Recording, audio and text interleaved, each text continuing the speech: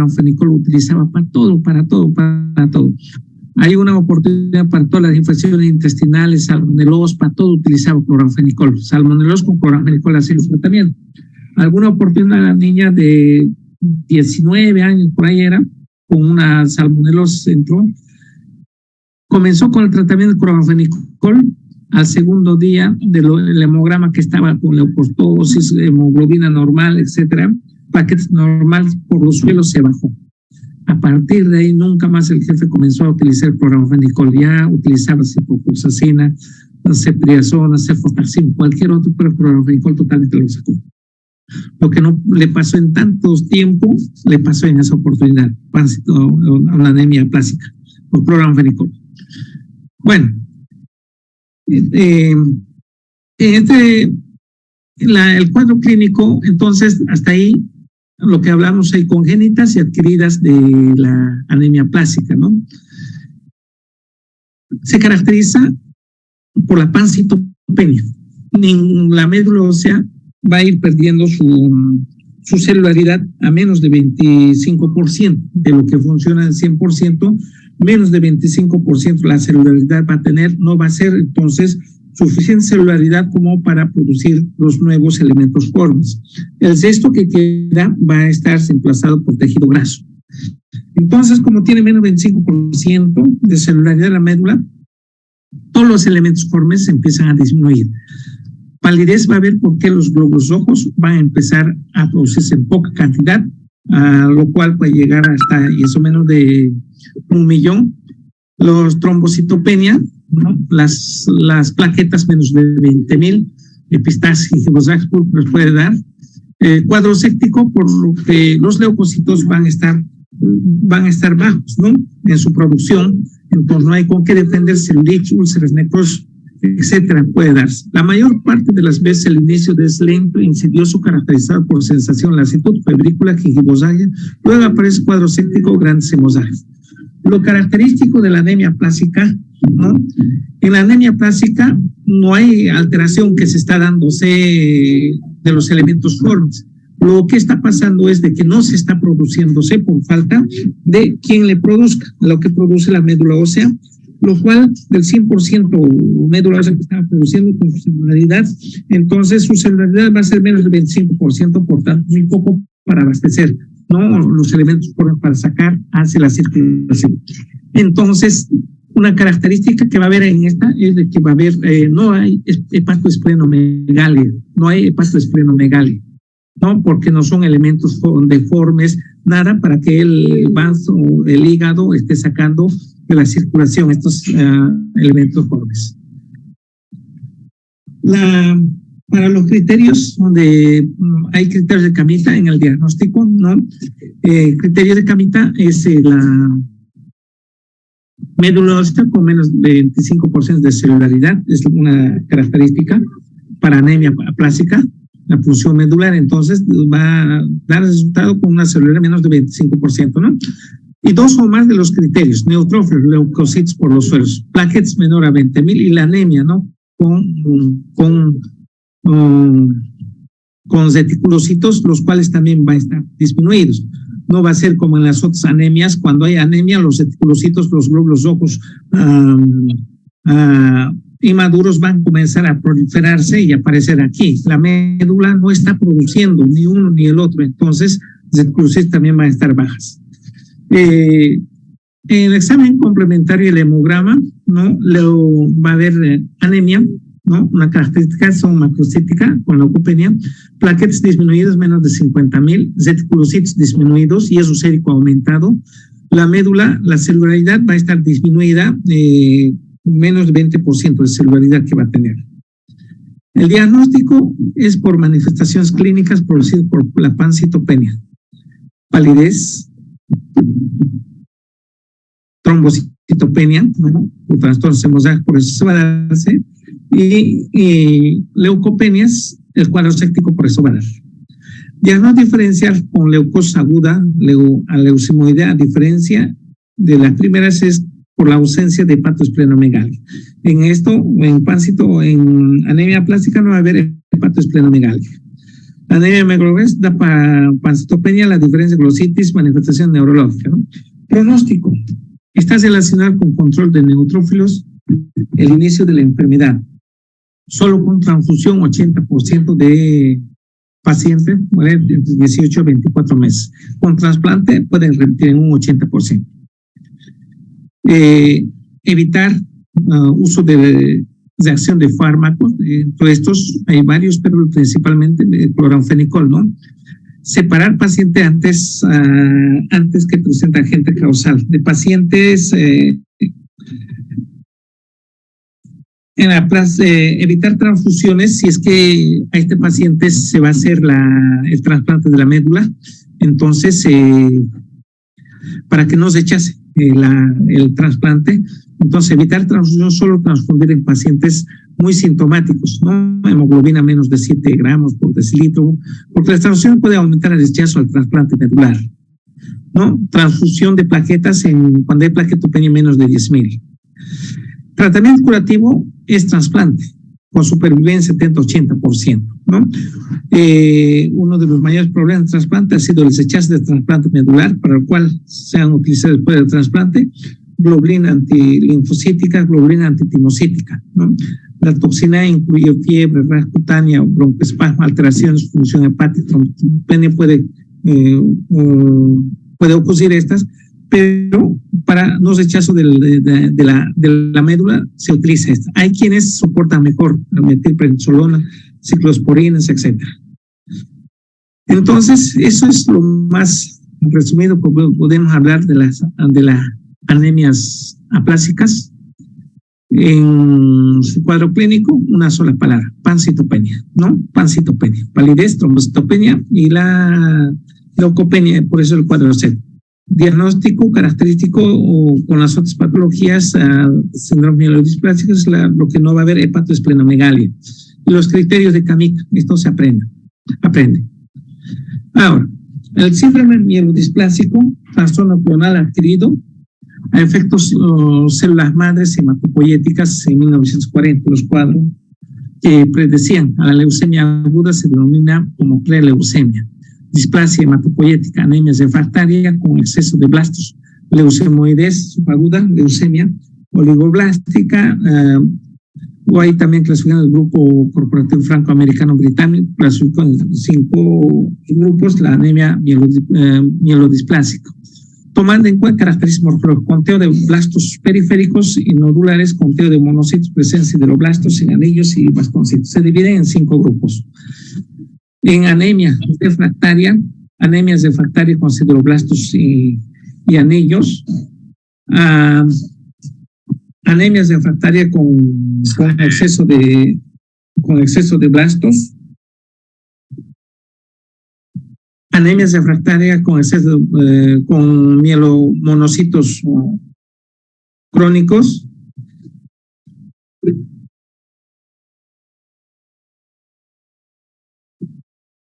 la causa es desconocida, aunque hay enfermedades con mayor riesgo de padecer síndrome mielodisplásico, síndrome de Down, anemia Fanconi, ¿no? Patogenia de la médula, tiene inadecuada producción de células maduras, trae como resultado medular células con pancitopenia en la sangre periférica. Hay hematopoiesis inefectiva, ocasiona muerte celular intramedular prematura y aumenta muerte celular programada o apoptosis. Cuadro clínico hasta hace 20 años era desconocida, en estado inicial es asintomático. Síndrome diagnóstico es por la pancitopenia que va a llevar. El debut es en menores de 50 años, es infrecuente, excepto en casos precedidos por irradiaciones por quimioterapia. En los laboratorios, exámenes de laboratorio, anemia severa con resultados hipogranulados, independiente de la variedad de observación de los blastos, hipocromía y macrocitos gigantes. Leucemia monocítica y predominio de los monocitos, plaquetas son grandes y agranulados, trombocitopenia, yeso sérico aumentado, ferritina sérica aumentada. En la médula hay celular, a veces hipocelulares, el conteo de blastos número de sideroblastos en anillos es importante para diferir subtipo del síndrome mielodisplásico. Hay pobre maduración granulocítica, hay mecariocitos enanos. El tratamiento de los pacientes con anemias refractaria con sideroblastos en anillos, tienen curso indolente como mejor opción para tratar con medidas de sostén. Transfusión frecuente. Tratamiento es citocina arabinosa. A veces puede producir depresión de la médula medular intensa. Curativo va a ser trasplante de médula en menores de 40 años con no histocompatibles, la eritropoyetina. Tratamiento ácido retinoico con cortisol.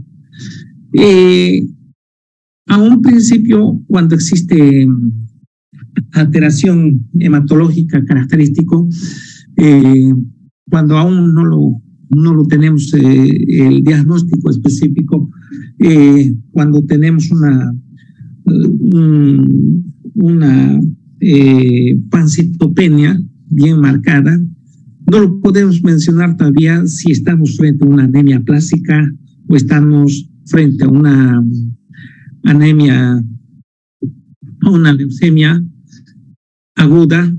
Entonces, en ese momento lo catalogamos todavía todos como un síndrome mielodisplásico. A ese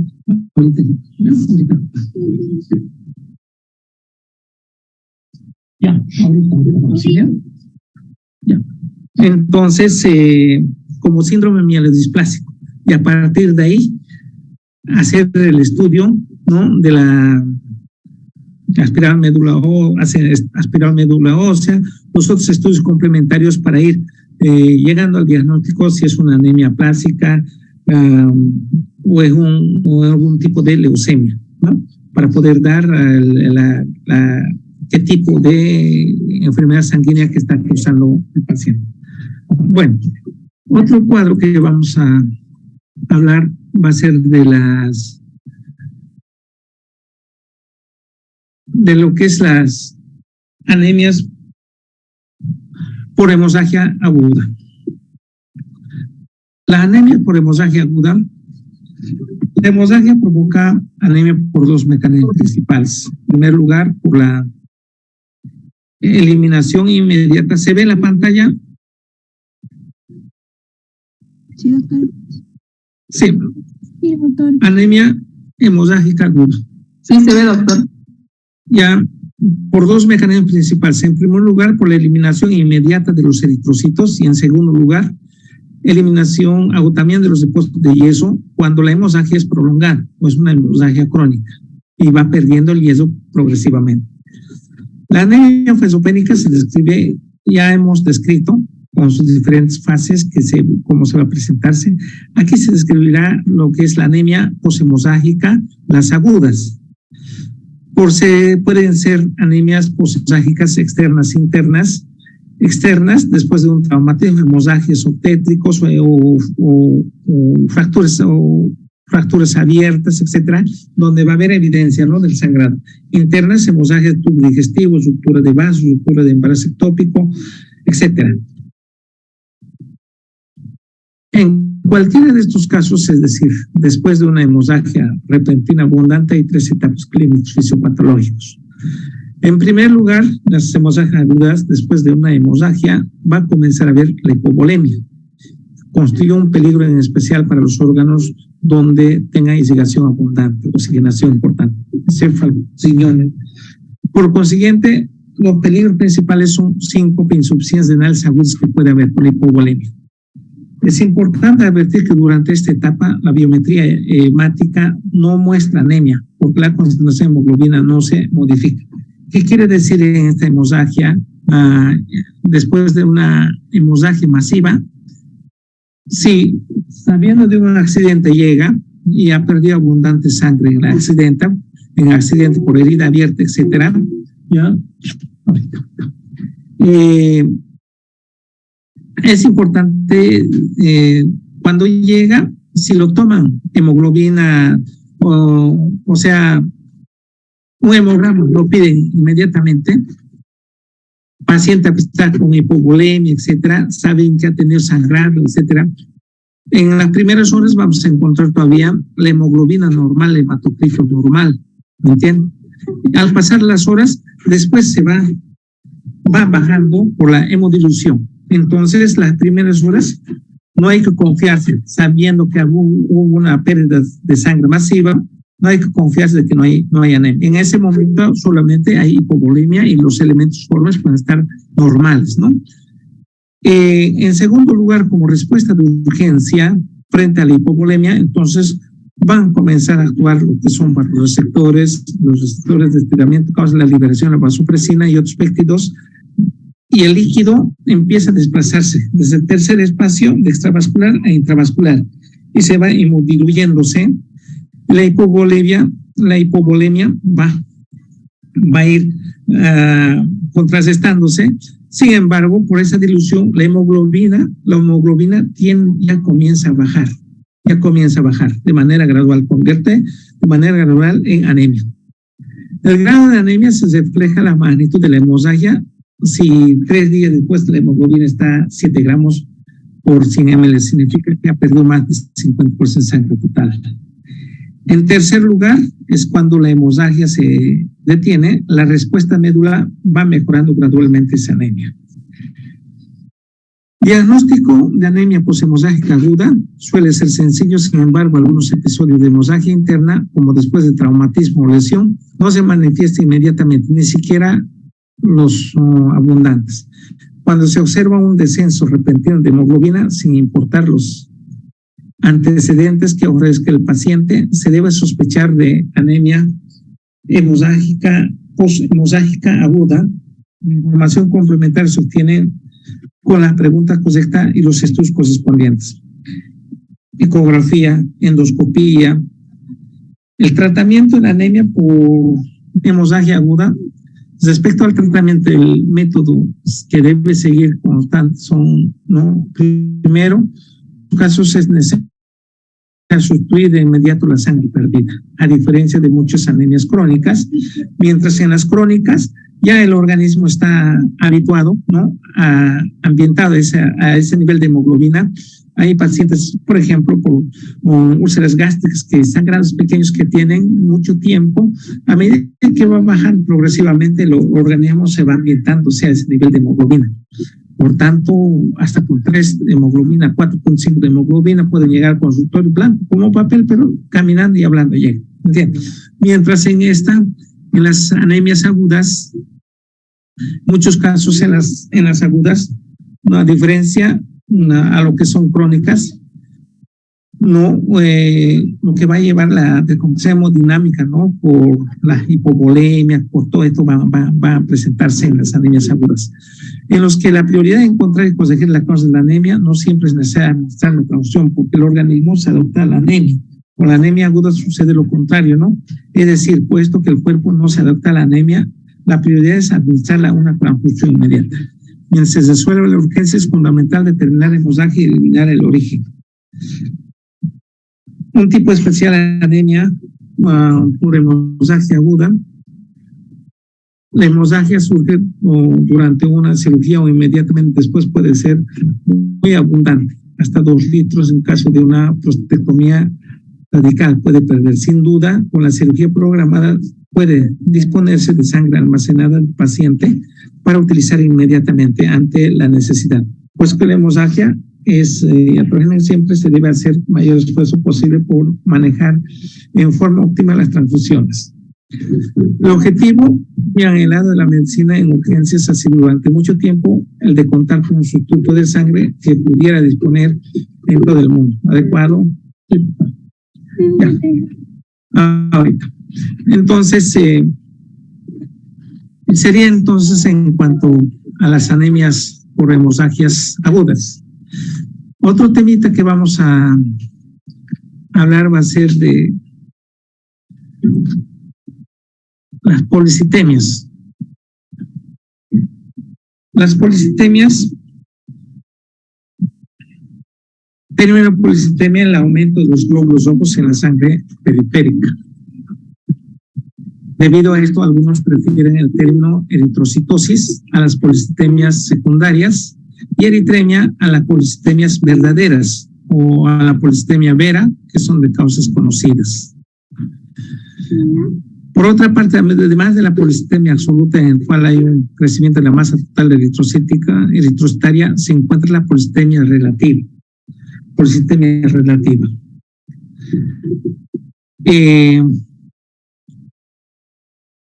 También llamada espuria, cuando ocurre con una pérdida de fluidos de plasma.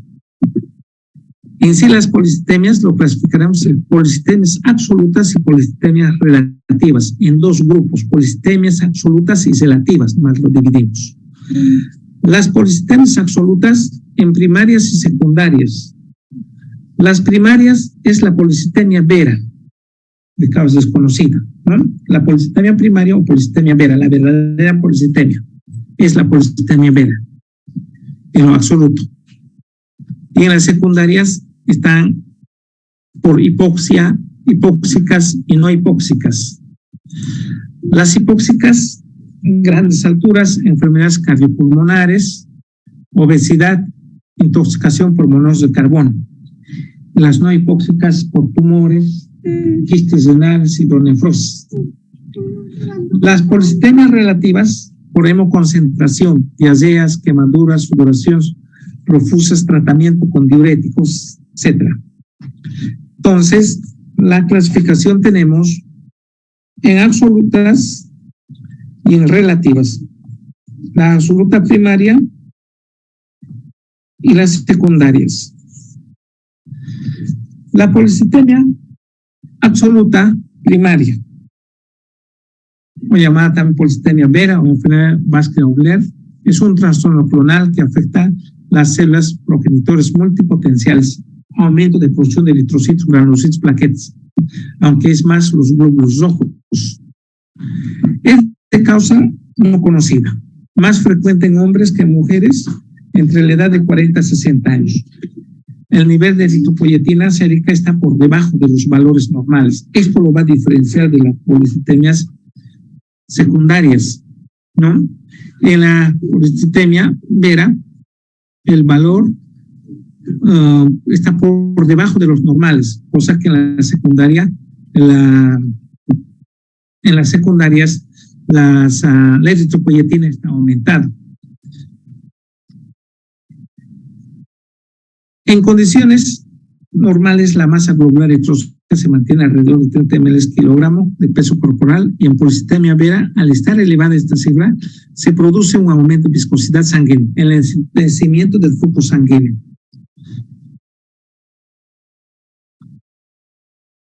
El cuadro clínico es mayormente asintomático, si los síntomas son mínimos. El primer signo es el aumento de glóbulos rojos y aquí la hemoglobina y el hematocrito. Color de la piel y facies es hiperémico. Los párpados, los conjuntivos oculares están hiperémicos, las mucosas color violáceo, hay esplenomegalia. La eritrocitosis incontrolada lleva síntomas neurológicos con vértigos, cefaleas, trastornos visuales. Hay aumento de la presión sistólica, pero la diastólica no se eleva. La hipervolemia, hiperviscosidad de sangre puede provocar trombosis y puede llevar a formación de trombos, de émbolos. Estos cuadros son muy graves cuando se originan en el cerebro, en las arterias coronarias, en el hígado, intestinos. Trastorno vascular periférico puede ser eritromelalgia, eritema, calor, dolor, infartos digitales, fenómenos de Nau pueden llevar. La elevación de la producción de las histaminas que lleva la gastritis y prurito asociado a esta enfermedad. También se encuentra sangramiento fácil, epistasis, hemorragias. Temas respiratorios está predispuesto con la laringotraqueobronquitis con tos, expectoración. El examen complementario de los glóbulos rojos van a ser mayor a lo que es 7 a 8 millones, cifras mayores. Hemoglobina, hematocrito aumentado. Los leucocitos, puede haber leucostosis entre 10.000 a 25.000. Las plaquetas aumentadas, se basa en los 400.000. Yeso sérico a veces está disminuido, yeso sérico. Vitamina B12, va a ser mayor a 900 picogramos por ml. La eritropoyetina generalmente son bajos en lo que es policitemia vera, va a ser eritropoyetina baja. Ácido úrico en la mayor parte de los pacientes están elevados. El metrolograma puede ser normal o en el periodo de estado hay hiperplasia de los 3 sistemas. Masa globular aumentado. La policitemia Grupo Nacional para el estudio de policitemia vera han postulado los siguientes criterios: volumen, masa globular eritrocítica mayor a 36 ml kilogramo en hombres y mujeres mayor a 32, saturación de oxígeno mayor a 92%, el esplenomegalia, trombocitosis, leucostosis, fosfatasa alcalina de lo que es mayor a 100, vitamina B12 en el suero mayor a 900 picogramos. El tratamiento en la policitemia vera es por lo común un trastorno indolente que suele durar décadas. Lo que va a hacer entonces la flebotomía. Paso inicial, flebotomía para reducir el hematocrito por debajo del 40% y evitar las complicaciones. La flebotomía 1 o 2 veces por semana al iniciar. Posteriormente, ¿no? Ya se van programándose cada 3 meses con intervalos de 3 meses para ir manteniendo de por vida en adelante cuando ya se manifiesta la policitemia vera. Los salicilatos solamente se emplean para tratar las eritromelalgias, no así como anticoagulantes orales. Se han utilizado algunos agentes para la mielosupresión, fundamentalmente hidroxiuria, sobre todo cuando hay elevado conteo de las plaquetas.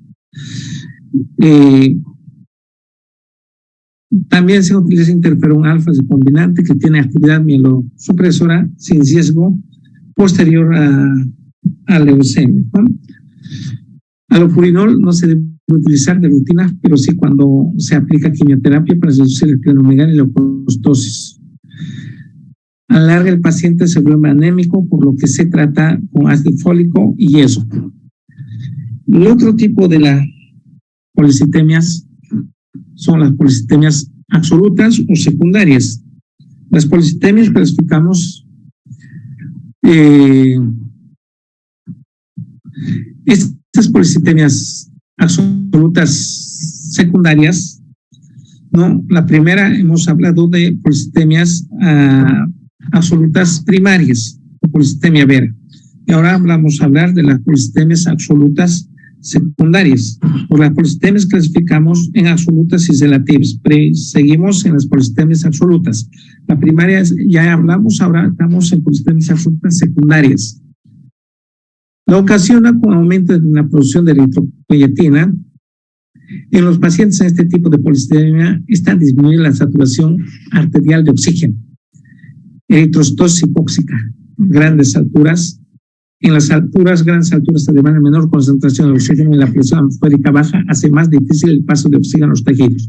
Hipoxia celular provoca mayor liberación de eritropoyetina, que a su vez incrementa la producción de los glóbulos rojos. Enfermedades pulmonares, obstructivas crónicas, la hipoxia, como ya se mencionó, aumenta la liberación de eritropoyetina. Por tanto, en las policitemias absolutas primarias y secundarias, en la primaria la eritropoyetina y la secundaria, ¿no? En uno va a estar baja, en el otro va a estar aumentada, ¿no? En este entonces vamos a tener la eritropoyetina aumentada. Enfermedad cardiovascular ocurre por la mezcla de la sangre venosa con la sangre arterial, como la fístula arteriovenosas, hiperpermeabilidad de los tejidos, tetralogía de Fallot. Obesidad masiva, se conoce con el nombre de síndrome de Pitt. Los pacientes son obesos y presentan somnolencia, cianosis, hipercaria, pueden llegar a insuficiencia cardíaca. Trastornos de la hemoglobina, se describe una eritrocitosis en individuos con ciertas hemoglobinas normales, en los que hay sustitución de aminoácidos en la molécula globina, interfiere en la liberación de oxígeno en los tejidos. La policitemia no hipóxica. Las no hipóxicas de las policitemias secundarias, absolutas secundarias, hipóxicas, no hipóxicas. Las hipóxicas son, ¿no?, donde todas estas hay grandes alturas, enfermedades pulmonares, enfermedades cardiovasculares, etcétera. Las no hipóxicas producidas por tumores como el nefroma, feocromocitoma, hepatoma, también por enfermedades no malignas como nefrosis, quistes renales, etc. Y otro tipo de las policitemias serían entonces las policitemias selativas. El segundo grupo de las policitemias, las relativas, es una concentración de la disminución del volumen plasmático cuando ocurre una gran pérdida de los líquidos por diarreas, vómitos, quemaduras extensas, acidosis diabética, tratamiento con diuréticos. Se produce una hemoconcentración que se consigue con la administración adecuada de agua, electrolitos. En estos casos, la masa total eritrocitaria no está aumentada, ¿no? Entonces, no hay una esplenomegalia ni leucostosis. El cuadro fue descrito por Weisbord a principios del siglo pasado